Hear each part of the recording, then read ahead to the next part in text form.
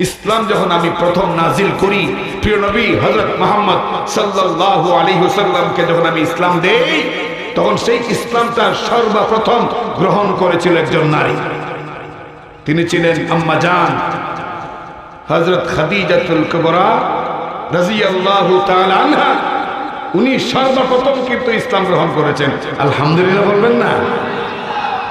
আল্লাহ পাক পৃথিবীর দেশে দেশে কিছু বেয়াদব মহিলা দিয়া আল্লাহ এটাই বুঝাইবার চেষ্টা করেছেন যে ইসলাম সর্বপ্রথম যেমন এক মহিলা, এক নারী মহিষী, এক নারী আমার খাদিজা, যার কাছে আমি আল্লাহ নিজে সালাম প্রেরণ করেছি, একজন নারী যেরকম ইসলামকে সর্বপ্রথম বুকে আগলে রেখেছে, জায়গায় জায়গায় কিছু নারী এমন বের হবে ওই খাদিজার উত্তরসূরি দাবি করবে, কিন্তু এরা হবে ইহুদি খ্রিস্টানের এজেন্ট, ইহুদি খ্রিস্টানের দালাল। এদের কাজই হবে ইসলামকে বিতাড়িত করা। তোমরা চিনে রাখো এদেরকে, এবং এদের দলে যারা, এদের সঙ্গ যারা দেয় সবাইকে চিনে রাখো। তোমাদের সামনেই কিয়ামতের দিন হাসরের মাঠে আমি এদেরকে মাথা নিচে দিয়া পা উপর দিকে দিয়ে আমি জাহান্নামে নিক্ষেপ করব। সেদিন বুঝবে ওরা ওদের বাটপারি কত প্রকারও কি। ইনশাআল্লাহর ধ্বনিটা আর একটু গুট গুট করে সুন্দর করে দেন না, শুনবেন তো ইনশাআল্লাহ? আল্লাহ সকলকে তৌফিক দান করুন। এজন্য কর্তৃপক্ষ আমাকে সূরাতুল বাকারার 256 নম্বর আয়াত নির্ধারণ করে দিয়েছে। তো আমি তাদের নির্ধারিত আয়াতের প্রথম অংশ তেলাওয়াত করেছি। যেই জায়গাটিতে বিষয়টির চুম্বক অংশ রয়েছে এই অংশটুকু তেলাওয়াত করেছি। পাশাপাশি এই বিষয়ের উপর আরও ঘনিষ্ঠ একটি আয়াত সূরাতুল হুজুরাতের 13 নম্বর আয়াত, সেই আয়াতটিও আমি তেলাওয়াত করেছি।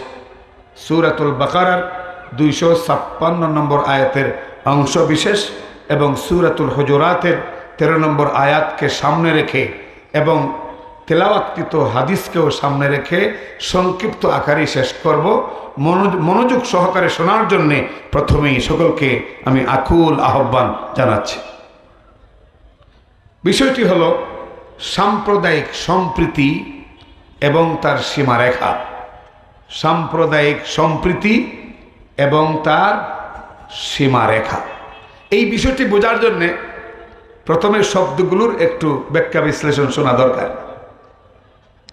শব্দ দুইটা মোটামুটি বাংলা অভিধানের একেবারে সহজ সরল শব্দও না, আবার খুব কঠিন শব্দও না, তবে মোটামুটি কঠিন, মোটামুটি কঠিন। সাম্প্রদায়িক আর একটা শব্দ হলো সম্প্রীতি। এই দুইটা শব্দের ব্যাখ্যা বোঝার চেষ্টা করি। সাম্প্রদায়িক শব্দটি বাংলা ডিকশনারির সম্প্রদায় শব্দ থেকে এসেছে। সম্প্রদায়, সম্প্রদায় বলা হয় কোনো একটা গোষ্ঠীকে, সম্প্রদায় বলা হয় কোনো একটা দলকে, বহু লোককে, একটা এলাকাকে। একক কেউ সম্প্রদায় হতে পারে না।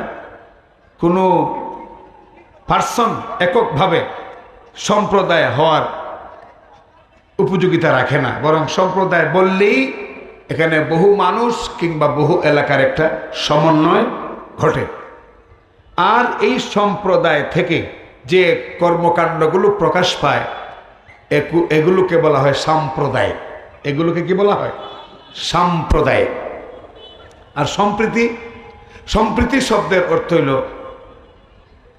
মেলবন্ধন, ভালোবাসা, সমানে সমানে প্রীতি, পরস্পরে মহব্বত, ভালোবাসা।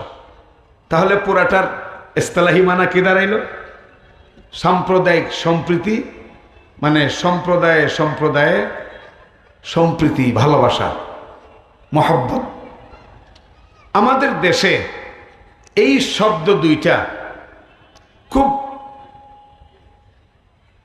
বহুল আলোচিত। বিশেষ করে রাজনৈতিক ময়দানে এই শব্দগুলোকে হাতিয়ার বানাইয়া কিছু মানুষ তাদের রাজনৈতিক মাঠ সময়ে সময়ে গরম করে। ঠিক বলছি? তাহলে আমার একটা স্বভাব হইল, যদি ঠিক সত্যি বলে থাকি, আমি যদি ঠিক বলতে পারি উঁচু আওয়াজে, আপনারা নিচু আওয়াজে স্বীকৃতি দিবেন কেন? আপনারা উঁচু আওয়াজে স্বীকৃতি দিবেন। কিছু রাজনৈতিক অঙ্গনে এই সাম্প্রদায়িক সম্প্রীতি এটা একটা স্লোগান, আর এই স্লোগানটা কেউ কেউ নিজের মাঠ গরম করে স্বার্থ হাসিলের জন্য ব্যবহার করে এই বাংলাদেশে। মূলত সাম্প্রদায়িক সম্প্রীতি রক্ষা করা বা প্রতিষ্ঠা করা এদের উদ্দেশ্য নয়, বরং সাম্প্রদায়িক সম্প্রীতির ধোঁয়া তুলে এই দেশে একটা হট্টগোল তৈরি করে নিজেদের মসনদকে পাকাপুক্ত করার পায়তারাই সময়ে সময়ে বহু দল, বহু গোষ্ঠী, বহু সংগঠন করেছে। সত্যিকার অর্থে সাম্প্রদায়িক সম্প্রীতি বলতে কি বোঝায়, ইসলামের দিক নির্দেশনা কি, এই ব্যাপারে ইসলামের ব্যাখ্যা কি, এটাই মূলত আজকে আপনাদের সামনে তুলে ধরবার দায়িত্ব দেওয়া হয়েছে আমার মতো এক নগণ্যকে। মুহতারাম হাজিরিন, যদিও একটা গোষ্ঠীকে, একটা এলাকাকে, একটা মহল্লাকে, একটা এরিয়াকে সম্প্রদায় বলা হয়, কিন্তু আমাদের সমাজে, বিশেষ করে আমাদের দেশে সম্প্রদায় বা সাম্প্রদায়িক শব্দটাকে শুধুমাত্র ধর্মীয় ক্ষেত্রে ব্যবহার করা হয়, শুধুমাত্র ধর্মীয় ক্ষেত্রে ব্যবহার করা হয়। কিন্তু ডিকশনারির ব্যাখ্যা অনুযায়ী এই সম্প্রদায় শব্দটা শুধু ধর্মীয় ক্ষেত্রে ব্যবহার উপযোগী নয়, বরং যে কোনো 20 জন, 30 জন, 100 জন, 50 জন, 1000, 2000 মানুষের ক্ষেত্রেই, একটা দলের ক্ষেত্রেই এই শব্দটা ব্যবহার করা সার্থকতা রাখে। কিন্তু আমাদের দেশ কিংবা সমাজে সাম্প্রদায়িক বলতেই হিন্দু ধর্ম মানে হিন্দুদের ধর্ম, মুসলমানদের ইসলাম ধর্ম, খ্রিস্টানদের খ্রিস্ট ধর্ম, ইহুদিবাদের ইহুদি ধর্ম, এগুলোই বোঝানো হয়। এখন বোঝার বিষয় হইল এই যে অনেকগুলো ধর্ম, প্রথমত বোঝার দরকার এই ধর্মগুলোর মধ্যে সত্য ধর্ম, আল্লাহর কাছে একমাত্র মনোনীত ধর্ম কোনটা? ইসলাম। আপনারা একমত না? কোনো সন্দেহ আছে? একমাত্র মনোনীত ধর্ম ইসলাম। এই ব্যাপারে আল্লাহ কি বলেন? ইন্নাদ-দীনা ইনদাল্লাহিল ইসলাম। আল্লাহর কাছে একমাত্র মনোনীত ধর্ম। নিজের ধর্মের নাম বলবেন, লজ্জার তো কিছু নাই, একটু উঁচু আওয়াজে বলেন, আল্লাহর কাছে একমাত্র মনোনীত ধর্ম ইসলাম। একমাত্র মনোনীত ধর্ম। আর কোন ধর্ম আল্লাহর কাছে এই মুহূর্তে মনোনীত নয়, আল্লাহর কাছে গ্রহণযোগ্য নয়। শর্টকাট যদি বলি, একমাত্র সত্য ধর্ম কোনটি? ইসলাম। ইসলাম ছাড়া বাকি যে ধর্মগুলো আছে এগুলো কোরআন পরিষ্কার ভাষায় বলে দিয়েছে এগুলো সত্য ধর্ম নয়, এগুলো সত্য ধর্ম। وَمَنْ يَبْتَغِ غَيْرَ الْإِسْلَامِ دِينًا, ইসলাম ছাড়া অন্য ধর্ম যে ব্যক্তি পালন করবে, লালন করবে, আল্লাহ পাক বলেন তার পক্ষ থেকে কোনো কর্মই, কোনো ইবাদতই, আমলই আল্লাহর কাছে গ্রহণযোগ্য হবে না। আজকে যে আয়াতটি আমাকে দেওয়া হয়েছে, এই আয়াতের মধ্যে আল্লাহ সুবহানাহু ওয়া তাআলা বলছেন, প্রথম অংশ, লা ইকরাহা ফিদ্দীন, ধর্মের ব্যাপারে, দ্বীনের ব্যাপারে কোনো জবরদস্তি নাই। দ্বীনের ব্যাপারে কোনো জবরদস্তি নাই, কোনো জোরাজুরি নাই। সহজ ভাষায় যদি বলি, একজন যদি স্বেচ্ছায় মুসলমান না হয়, তাহলে তরবারি ধরে কিংবা ভয় সৃষ্টি করে, চাপ সৃষ্টি করে তাকে মুসলমান বানানোর কোনো অনুমতি ইসলামে, আরো জোরে বলেন, কোনো অনুমতি ইসলামে নাই। যদি থাকতো, এমন অনুমতি যদি ইসলামে থাকতো, তাহলে বাংলাদেশে অন্যান্য ধর্মাবলম্বী যারা বাস করে তারা কি নিরাপদে থাকতে পারতো? থাকতে পারতো না। এটাই ইসলাম এবং অন্যান্য মতবাদের মধ্যে পার্থক্য, ব্যবধান। এটাই ইসলামের সৌন্দর্য, যেখানে কোনো জবরদস্তি নাই। বিপরীতে অন্যান্য ধর্মে আমরা দেখি শুধু জবরদস্তি, শুধু জবরদস্তি, শুধু জবরদস্তি। যেমন ইহুদি ধর্মে এতটাই তীব্রতা, জবরদস্তি এতটাই তীব্র যে মুসলমানদের জমি জমা সব উৎখাত করে ওই বেনিয়ামিন নেতানিয়াহু সেখানে নিজের মাতবরি স্থাপন করতে চায়। আর একটু গলা ছাইরা বলেন, মুজাহিদের কণ্ঠে বলেন, ঠিক কিনা? এরপরে এই যে মায়ানমার বেয়াদব মহিলা সূচি, আসলে আল্লাহর জমিনে জায়গায় জায়গায় আল্লাহ কিছু বেয়াদব মহিলা দিছে, ঠিক কিনা বলেন? দেওয়ার কারণটা কি জানেন? আমি খুঁজে বের করছি মোটামুটি গবেষণা করে।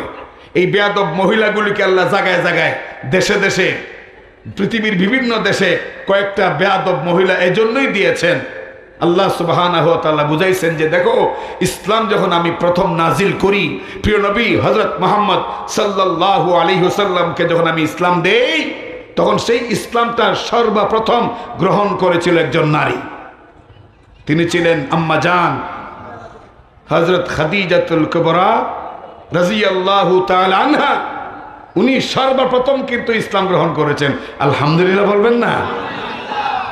আল্লাহ পাক পৃথিবীর দেশে দেশে কিছু বেয়াদব মহিলা দিয়া আল্লাহ এটাই বুঝাইবার চেষ্টা করেছেন যে ইসলাম সর্বপ্রথম যেমন এক মহিলা, এক নারী মহিয়সী, এক নারী আমার খাদিজা, যার কাছে আমি আল্লাহ নিজে সালাম প্রেরণ করেছি, একজন নারী যেরকম ইসলামকে সর্বপ্রথম বুকে আগলে রেখেছে, জায়গায় জায়গায় কিছু নারী এমন বের হবে ওই খাদিজার উত্তরসূরি দাবি করবে, কিন্তু এরা হবে ইহুদি খ্রিস্টানের এজেন্ট, ইহুদি খ্রিস্টানের দালাল। এদের কাজই হবে ইসলামকে বিতাড়িত করা। তোমরা চিনে রাখো এদেরকে, এবং এদের দলে যারা, এদের সঙ্গ যারা দেয় সবাইকে চিনে রাখো। তোমাদের সামনেই কিয়ামতের দিন হাসরের মাঠে আমি এদেরকে মাথা নিচে দিয়া পা উপর দিকে দিয়ে আমি জাহান্নামে নিক্ষেপ করব। সেদিন বুঝবে ওরা ওদের বাটপারি কত প্রকারও কি। তো অং সান সুচি কি করলো? 17 সালে কতগুলো মুসলমানকে হত্যা করলো। এরপরে 10-11 লাখ মুসলমান চলে আসলো আমাদের দেশে। আমাদের তৎকালীন প্রধানমন্ত্রী তাদেরকে জায়গা দিলেন। এখন এমন এক অবস্থা হয়েছে, বাংলাদেশের বিভিন্ন জায়গায় তাদেরকে পাওয়া যায়, বিভিন্ন অন্যায় অত্যাচার করতে দেখা যায়। তারপরে ইয়াবার বড় বড় চালানগুলো মায়ানমার থেকে এই ক্যাম্প হয়ে তারপরে সারা দেশে এটা বন্টন করা হয়। নাউজুবিল্লাহ। তো যেটা বলছিলাম যে বৌদ্ধ ধর্মের অনুসারী হলো এই মায়ানমারের অং সান সুচি। সে করলো কি? সম্প্রীতি বজায় রাখছে না দুশ্মনী শুরু করছে? মুসলমানদেরকে ভিটামাটি থেকে উৎখাত করে দিয়েছে। মুহতারাম হাজিরিন, বক্তব্য একদম পরিষ্কার। আল্লাহ সুবহানাহু ওয়া তাআলা পরিষ্কার করে বলে দিয়েছেন, ইন্না দীনা ইনদাল্লাহিল ইসলাম। আল্লাহর কাছে একমাত্র মনোনীত ধর্ম ইসলাম।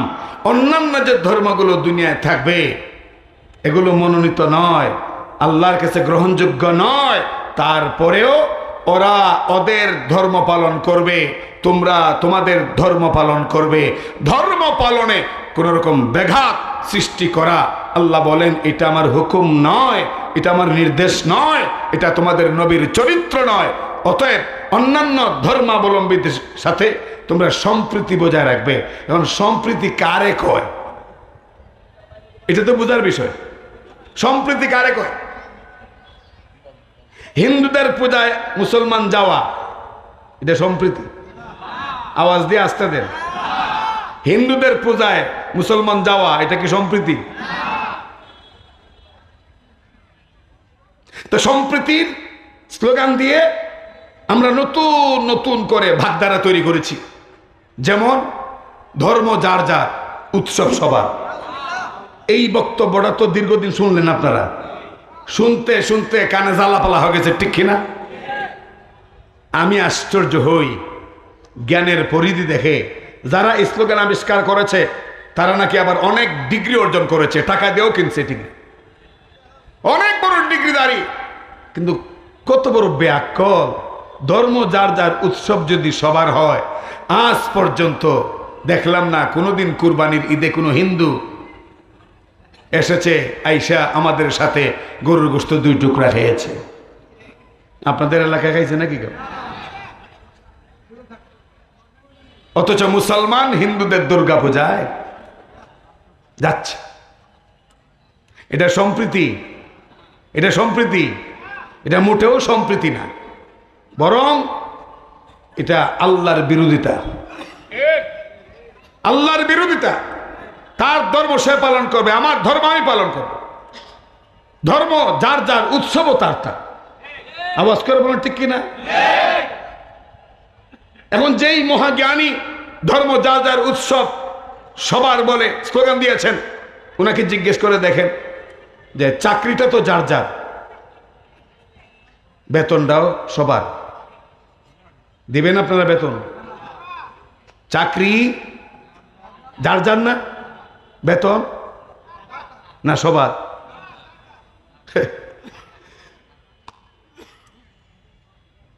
দোকান যার যার, বেচা কেনার পরে রাত 10টা 11টার সময় বান্ডিল নিয়ে যখন বাসায় যাইব, তখন এই বান্ডিল কার কার? বলেন কার কার? আরো যদি হার্ড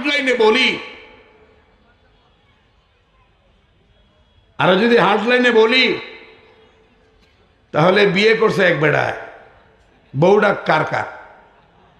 না যে বিয়ে করছে তার? হ্যাঁ, এটা হাসার কথা না, তো বুঝার কথা। এটা হাসার কথা না।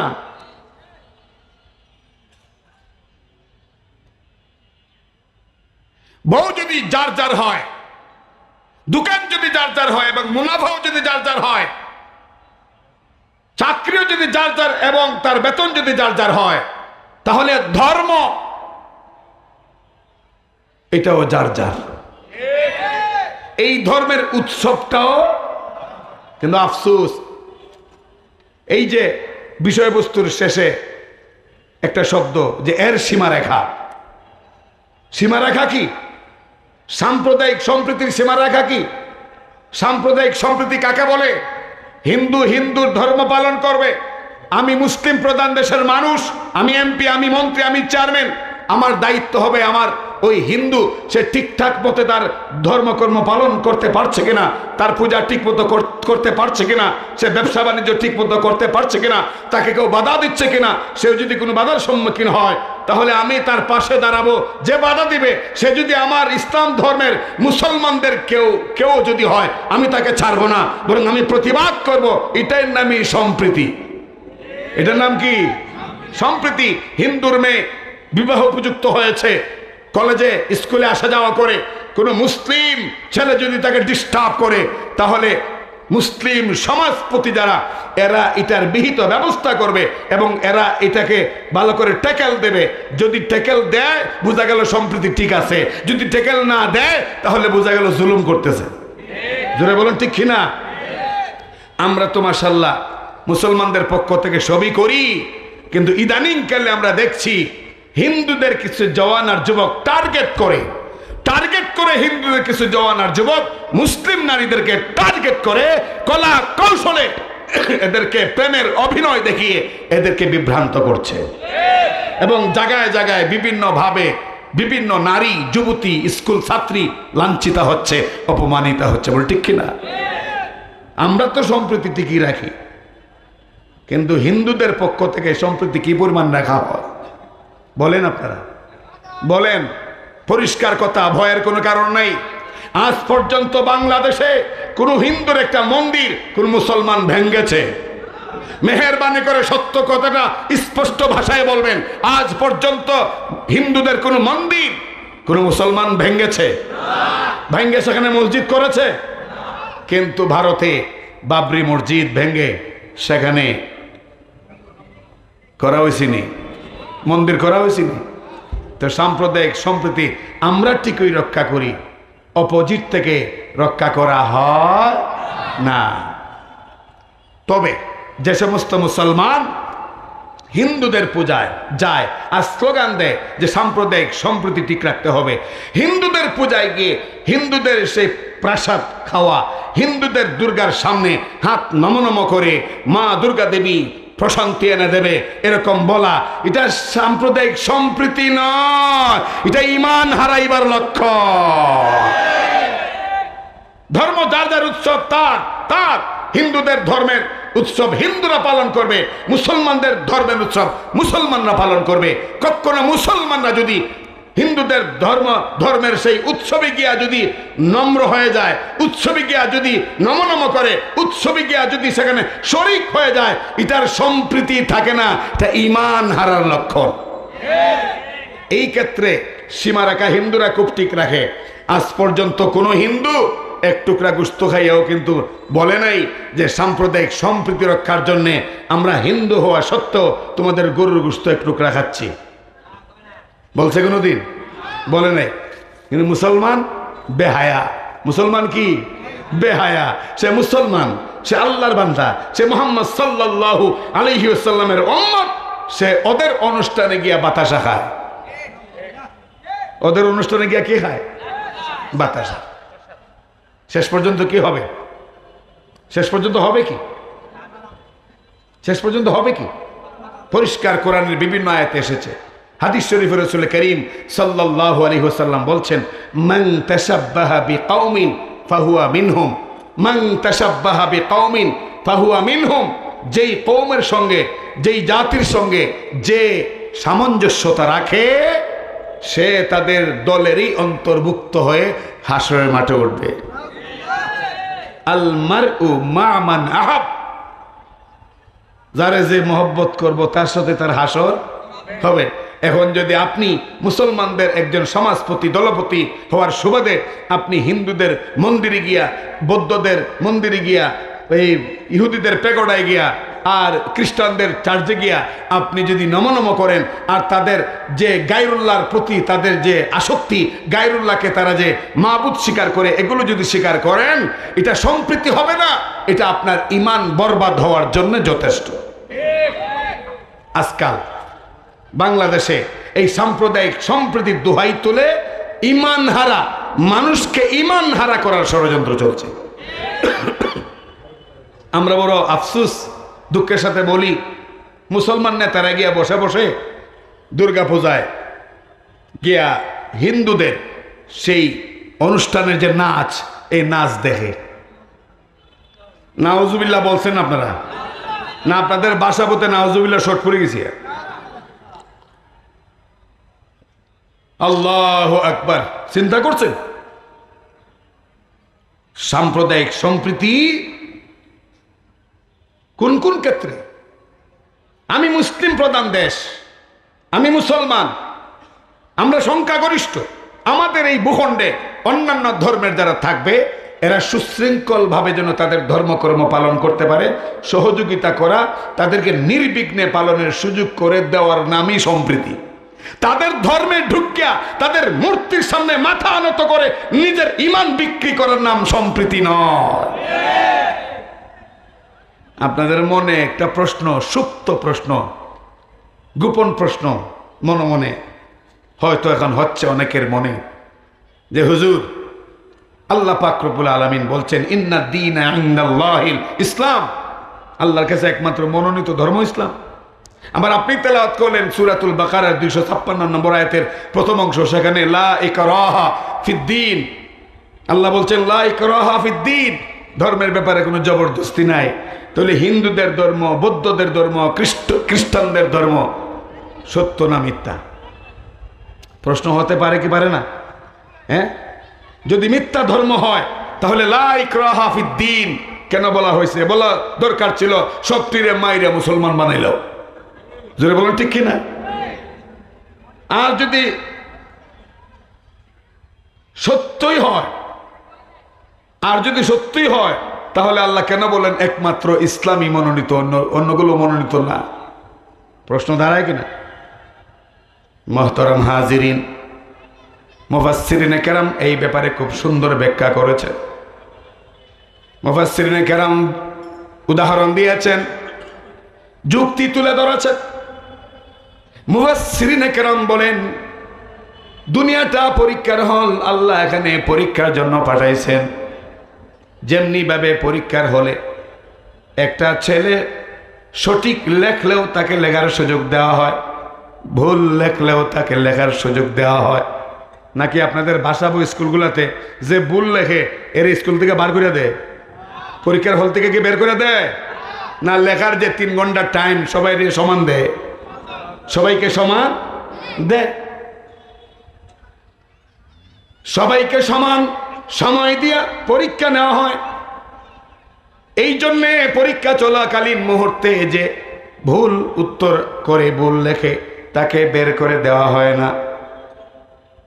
কেন বের করে দেওয়া হয় না? সে তো ভুল লিখতেছে, বের করে দেওয়া হয় না এই জন্যেই যে এটা নিয়মতান্ত্রিকতা।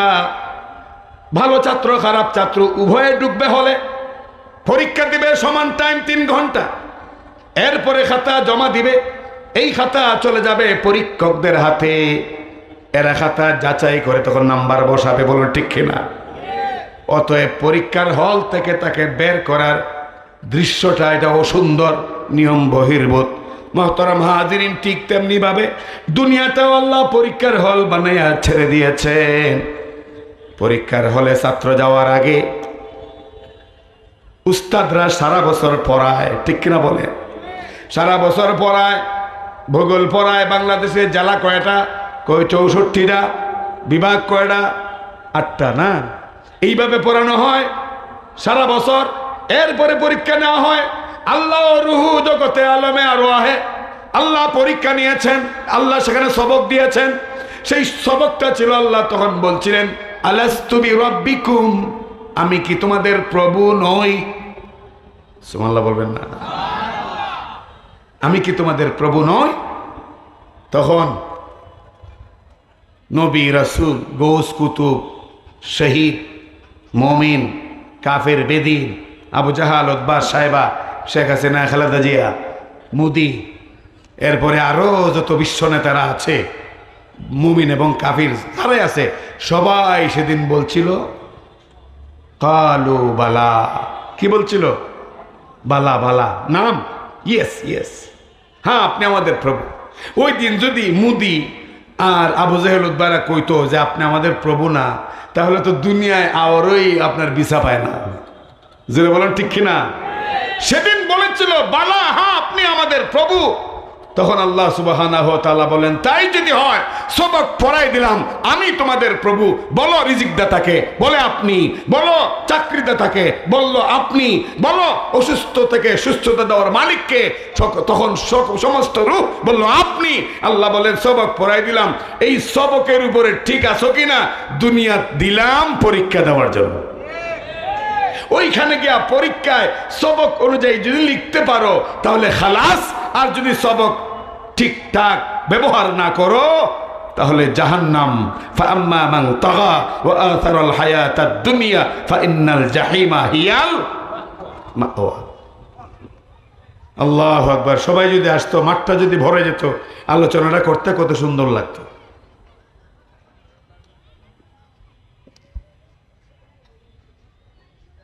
মুহতারাম হাজিরিন, তো আল্লাহ তো সবক পড়াই দিছেন, এখন পরীক্ষা হবে দুনিয়ায়।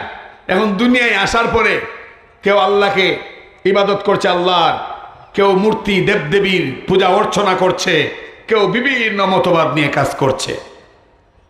দুনিয়া খতম হয়ে যাবে। আজকে যেরকম শুরু হয়েছিল 10টা 38 মিনিটে, এইভাবে দুনিয়া একদিন জুমার দিন খতম হয়ে যাবে, কিয়ামত হয়ে যাবে, হাসরের মাঠ কায়েম হবে, মিজানের পাল্লা আল্লাহ পাক সেখানে প্রতিষ্ঠা করবেন। ওজন হবে আমল নামা, ওজন হবে প্রত্যেকের সেই রিপোর্ট।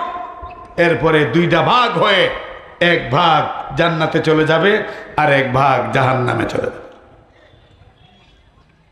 এই জন্যেই আল্লাহ অন্যান্য ধর্মাবলম্বী এরা মিথ্যে ধর্মের উপর থাকার পরেও পালন করার সুযোগ দিয়েছেন। কেন?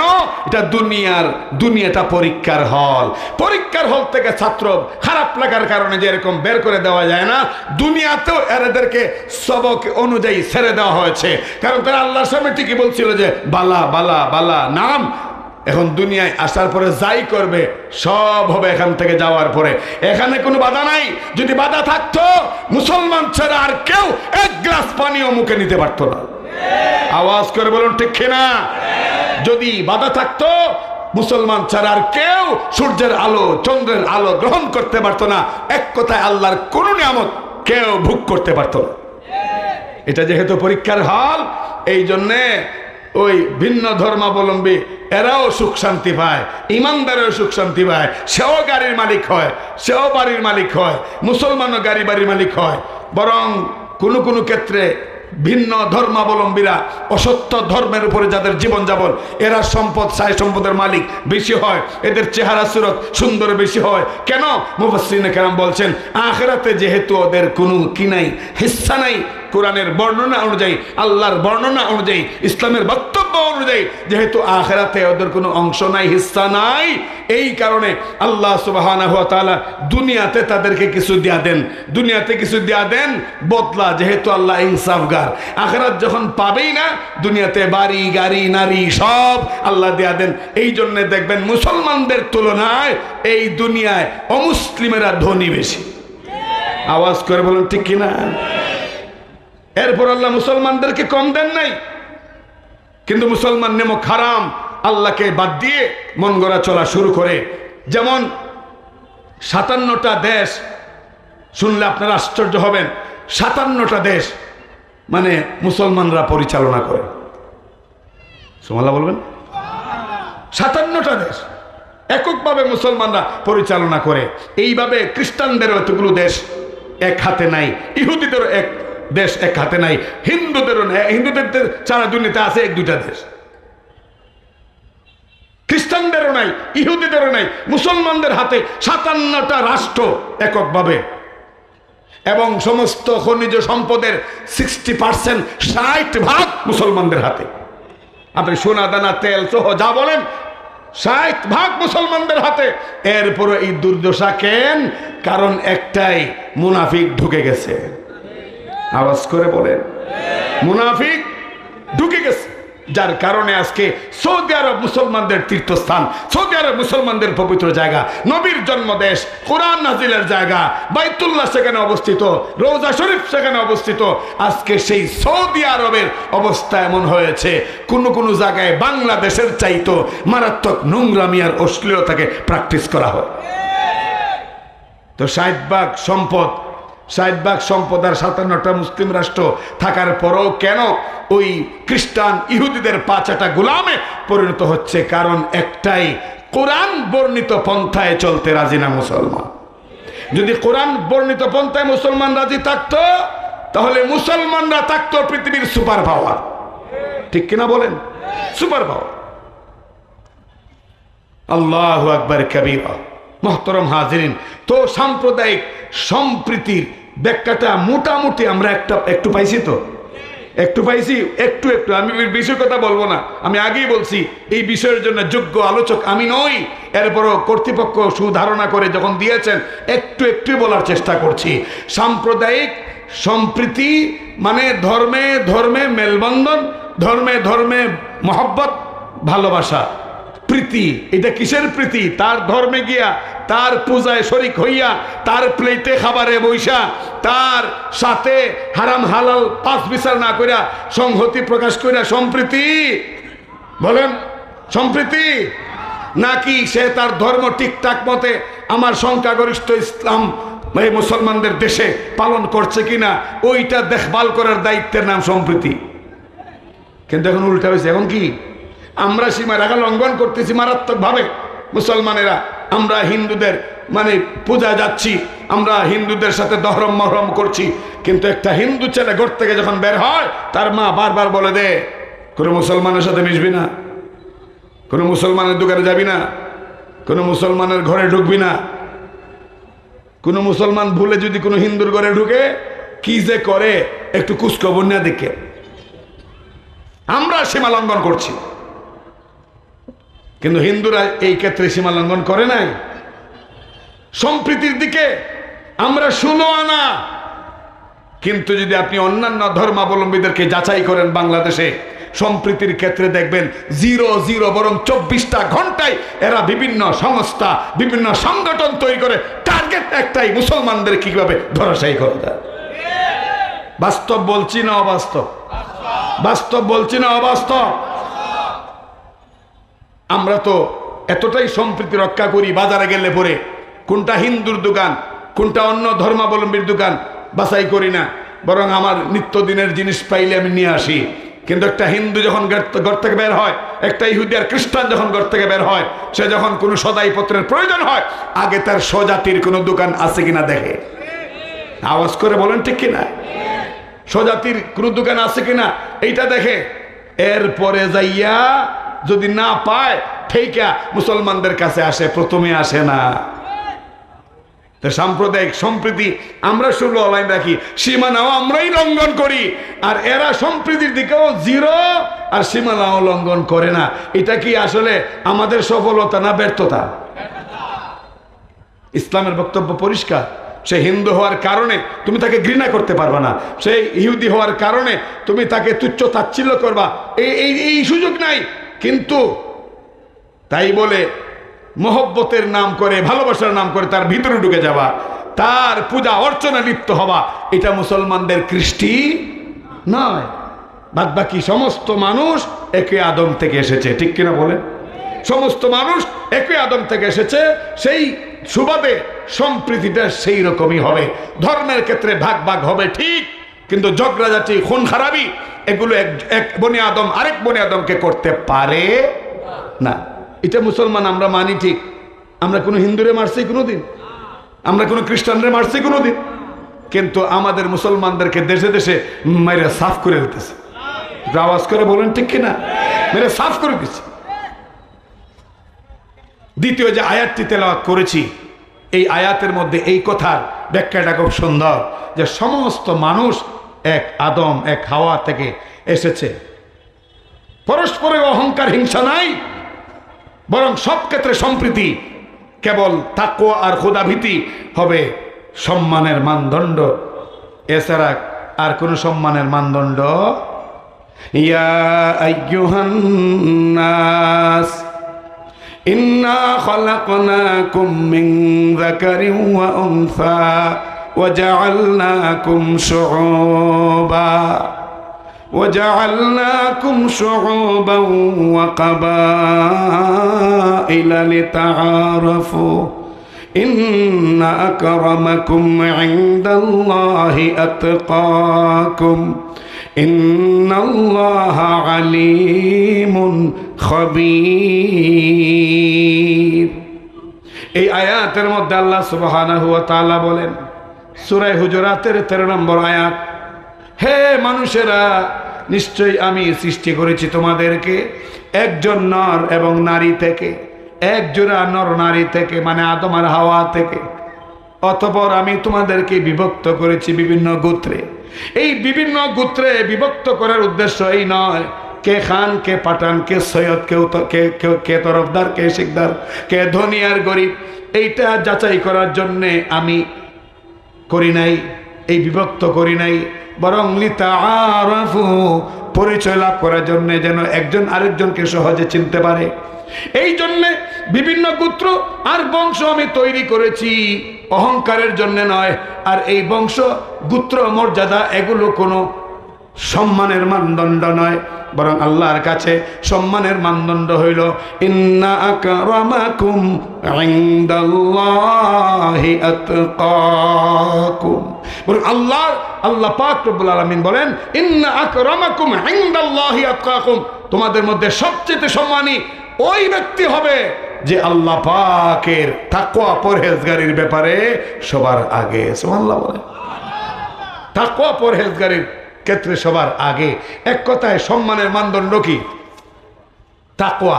সম্মানের মানদণ্ড কি? তাকওয়া। এই আয়াতটি নাজিল হয়েছিল কোন দিন জানেন? মক্কা বিজয়ের দিন। মক্কা বিজয়ের দিন আয়াতটা নাজিল হয়েছিল। আপনারা জানেন প্রিয় নবী হযরত মুহাম্মদ সাল্লাল্লাহু আলাইহি ওয়াসাল্লাম নবুয়ত লাভের পরে 13টা বছর মক্কায় ছিলেন। 3টা বছর গোপনে গোপনে ইসলামের দাওয়াত দিয়েছেন। এরপরে আল্লাহ নির্দেশ দিলেন ওয়া আনযির আশীরাতাকাল আকরাবিন, হে মুহাম্মদ সাল্লাল্লাহু আলাইহি ওয়াসাল্লাম, আপনি আপনার নিকটাত্মীয় যারা কুরাইশ বংশের যারা, এদেরকে আপনি ভীতি প্রদর্শন করুন, এদেরকে দাওয়াত দিন, এদেরকে জাহান্নামের ভয় দেখান, ইমানের দাওয়াত এদেরকে দেন। তখন পয়গম্বর দাওয়াত দিলেন। দাওয়াত দেওয়ার সাথে সাথেই দুশ্মনী শুরু হয়ে গেল।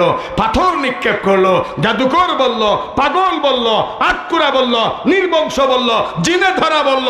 নাউজুবিল্লাহ বলবেন না? এক পর্যায়ে পয়গম্বর দেখলেন মক্কার মাটি এত শক্ত হয়ে গেছে, ইসলাম নামক ছোট্ট এই মানে এই বৃক্ষের এই যে বীজ, এই বীজ মক্কার মধ্যে রোপণ করলে সহজে মানে উদ্গত হবে না, সহজে বৃক্ষ তৈরি হবে না।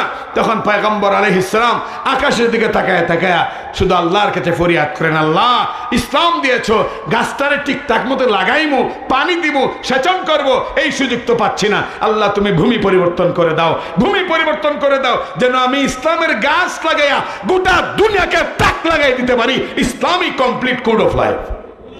আওয়াজ করে বলুন ঠিক কিনা? আল্লাহ পাক মঞ্জুর করলেন হিজরত, মদিনায় হিজরত করার জন্যে আল্লাহ সুবহানাহু ওয়া তাআলা পারমিশন দেয়া দিলেন। পয়গম্বর আলাইহিস সালাম হিজরত করলেন মদিনায়। মদিনায় হিজরত করার পরে মুহতারাম হাজিরিন, ষষ্ঠ হিজরিতে রাসূল করিম সাল্লাল্লাহু আলাইহি ওয়াসাল্লাম স্বপ্নে দেখলেন তিনি উমরা করতেছেন, বাইতুল্লাহ তাওয়াফ করতেছেন, 1400 সাহাবায়ে কেরামকে নিয়ে তিনি আসলেন। কিন্তু হুদাইবিয়ার এখানে এসে অবস্থা এমন দাঁড়ালো মক্কাবাসী ঢুকতে দিবে না। এখানে একটা সন্ধি হলো, চুক্তি হলো, এটা ভিন্ন আলোচনা। নবীজি ফিরে চলে গেলেন। 2 বছর পরে অষ্টম হিজরিতে আল্লাহ বললেন এরা শর্তগুলা ভঙ্গ করেছে, মক্কার কাফেররা, কুরাইশরা, এদের সঙ্গে আর কোনো চুক্তি নাই।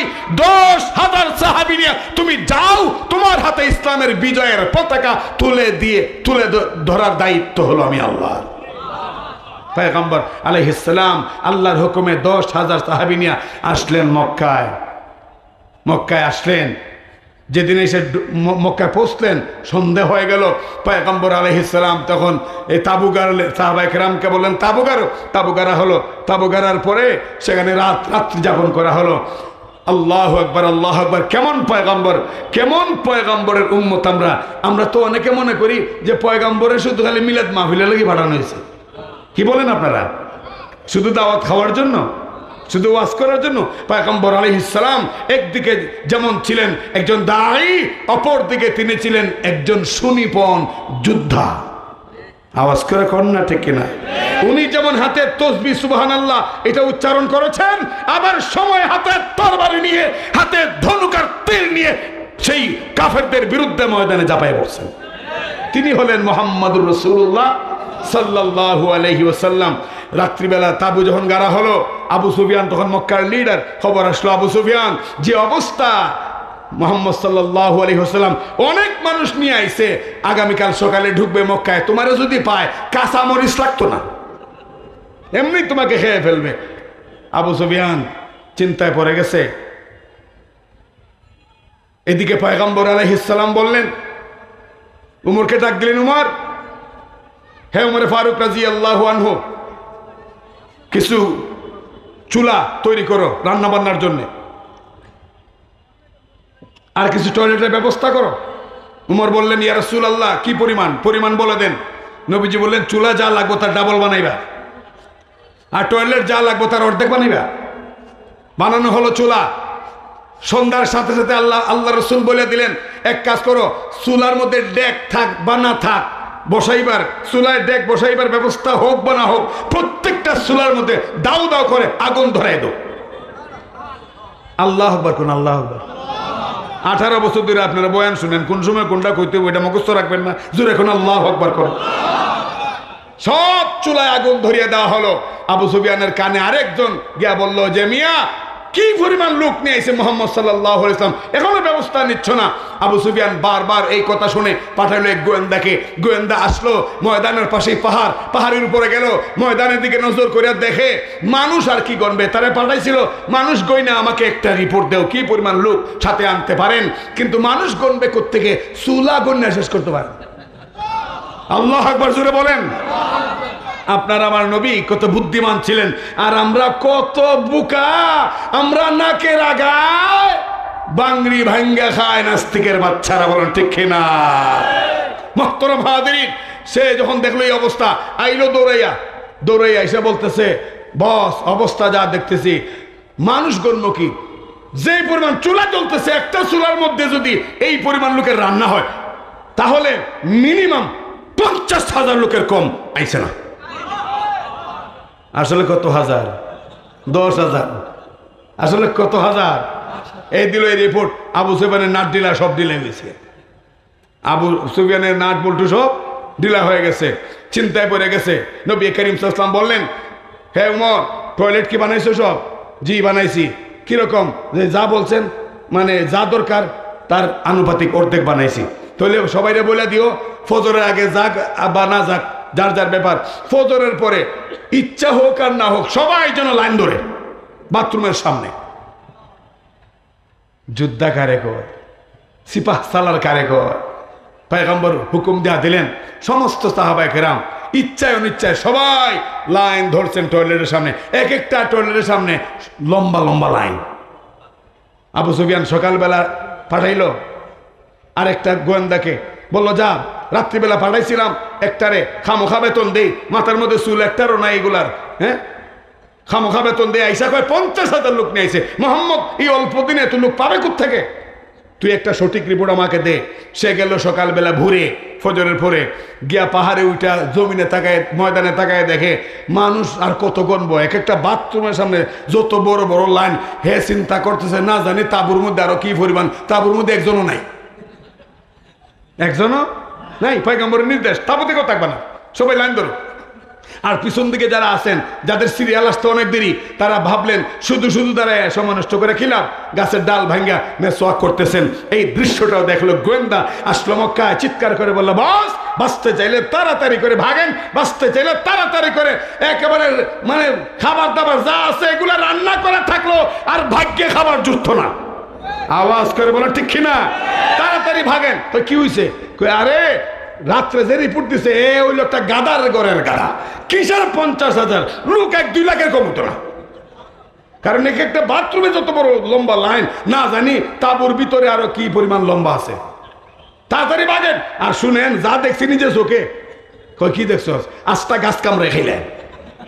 ওই যে দেখছে মেসোয়াক, এই মূর্খের বাচ্চারা তো মেসোয়াক জন্য সুন্নত এটাও বুঝে না।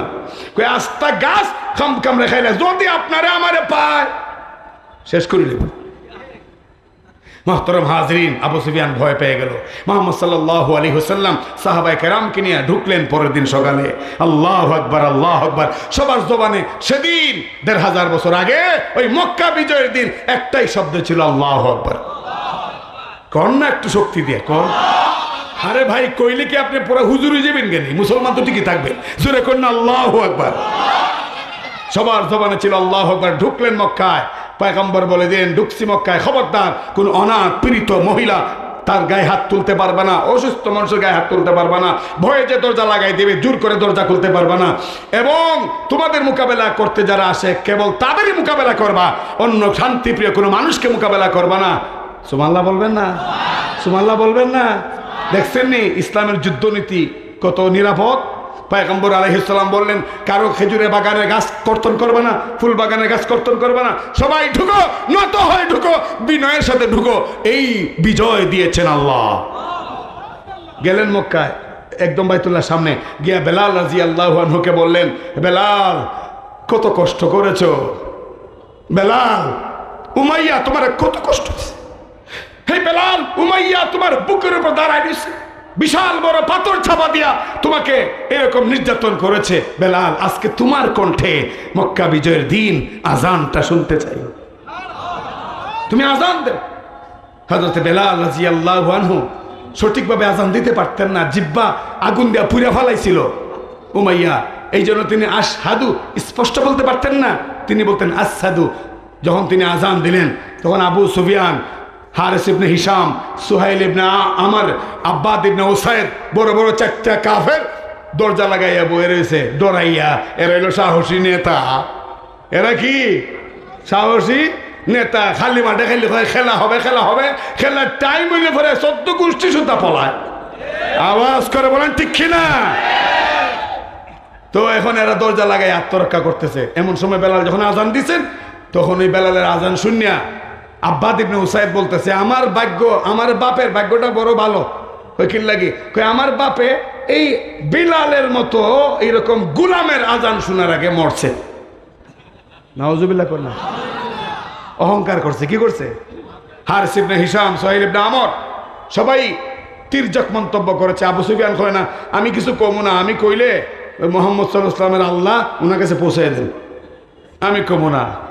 বেলাল রাদিয়াল্লাহু আনহুকে নিয়ে এই যে টিটকারি মস্কারি করলো, ঠিক ওই মুহূর্তে আল্লাহ পাক সূরাতুল হুজুরাতের এই 13 নম্বর আয়াত নাজিল করে আল্লাহ সুবহানাহু ওয়া তাআলা সাম্প্রদায়িক সম্প্রীতি নয়, সাথে সম্মতি, যেটা ওই সম্মতিটাকে আল্লাহ পাক গোটা দুনিয়ার সমস্ত মুসলমানদের জন্য নির্ধারণ করেছে।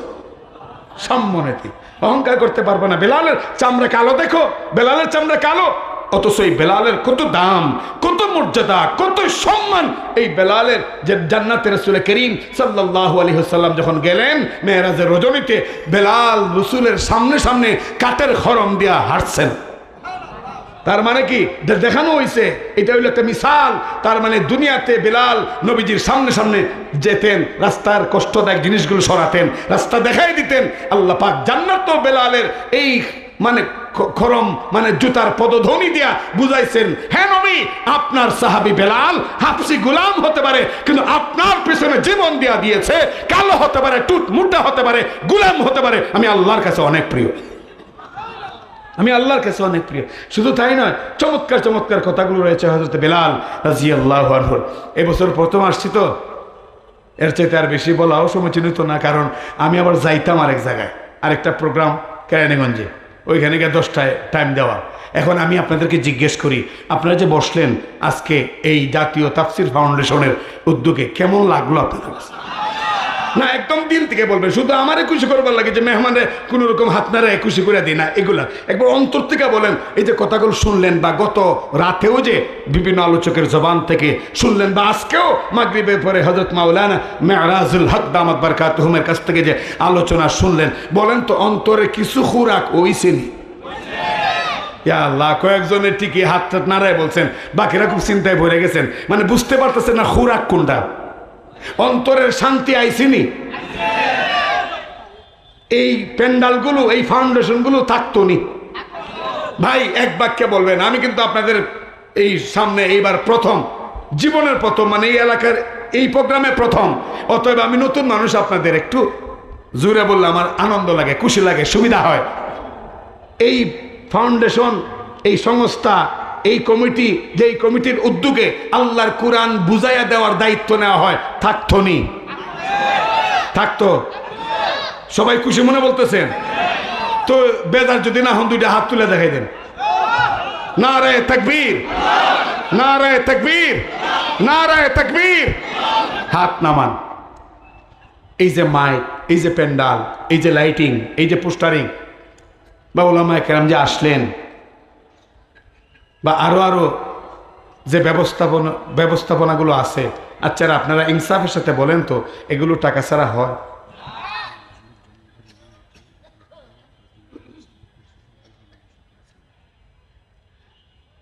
বলেন, কি বলছিলাম? হ্যাঁ, টাকা ছাড়া হয়, টাকা ছাড়া হয়।